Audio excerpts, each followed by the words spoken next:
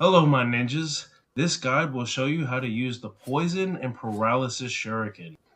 These Jutsu read allows you to ready Poison or Paralysis Shuriken.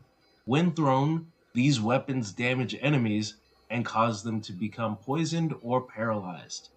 Since both of these serve an effectively equal purpose, I will be coupling these into a single video, with the main difference being the Jutsu cost and the status effect that they inflict.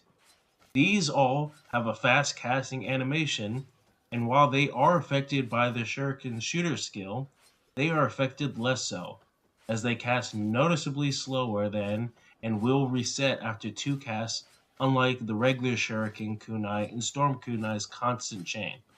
These also fly in an infinitely linear path, and I have not been able to determine a limit to what they can hit so long as an enemy is actually loaded in and the player is able to properly line themselves up to the enemy. These can also be cast while the player is out of key to keep enemies at bay. While these can be used in all the same ways as the regular Shuriken and kunai can, as discussed in that video, the obvious distinction is that they inflict poison or paralysis respectively. However, without high investment into either ninjutsu power or status accumulation, these are not very effective by themselves in a vacuum. I have extremely high ninjutsu power, which is why that they work on a single cast.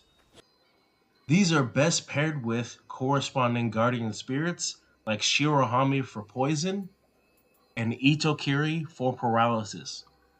More specifically, these are best paired with soul cores that have effects that grant anima bonuses when their corresponding status ailments actually inflict on the enemy.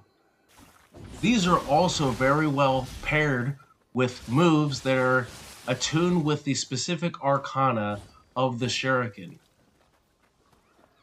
The Arcana of Serpents for poison, and the Arcana of Vermin for paralysis. When these Arcana hit, if they do not proc the status ailment, the Shuriken can be effective means to ensuring that the status actually does take hold so that the player can capitalize on it. These jutsu are best used when already in combat. These are not best used as a means of starting combat, as there are plenty of other jutsu that are more appropriate for that type of scenario. Due to the comparatively low jutsu cost of these jutsu, when paired with the empowered ninjutsu effect, these can be easily recovered, thus allowing an infinite loop of poison and paralysis, which, when paired with anima bonuses of those respective ailments, can provide an anima bonus loop. The paralysis shuriken are easily recoverable when paralyzing, perform a grab, and then an attack as they get up, and with the empowered ninjutsu effect, the paralysis is already recovered. And you can put them in another loop. Keep in mind that each time an opponent is paralyzed, they will slowly build up a resistance to it. This can be a means of placing yokai in a permanent loop, where when they become winded and perform the falling down, gasping for air animation, if they are paralyzed in that time, they will re-accomplish that same animation, creating a never-ending loop.